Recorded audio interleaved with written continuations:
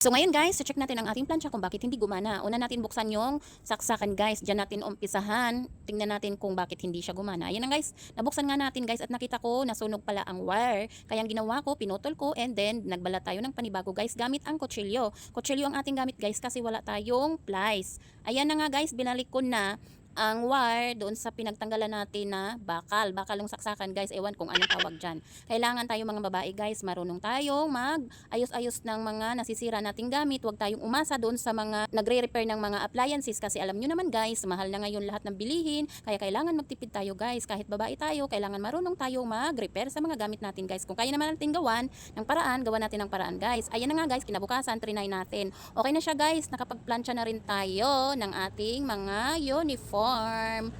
Kaya kailangan guys, kahit babae tayo, marunong tayo mag-repair. Huwag puro paganda ang ating alam sa buhay. Baka may gusto kayong ipapa-repair dyan guys, i-PM nyo lang ako. Kung kaya ko namang i-repair, i-repair ko para sa inyo. Kahit wala nang bayad guys, libre lang. Dati kasi akong technician guys. Charot. Hindi, joke lang kasi napag-aralan kasi nung dati nung high school kami. Kaya marunong ako mag-company kahit papaano, kulang lang yung gamit guys. Yung TV nga namin dati nasira, inayos ko. Pero yung mga ano kasi kailangan ng mga tools, hindi ko kaya yun guys kasi wala naman akong gamit. Yung mga ano lang, minor lang na mga sira yung kaya kong gawin. At mga electric fan dyan na hindi gumana, kung may naputol, kaya kong gawin yan guys. Diyan lang pala siya nasira guys sa may sakit, kaya dinugtong ko, o, 'di ba? Ganun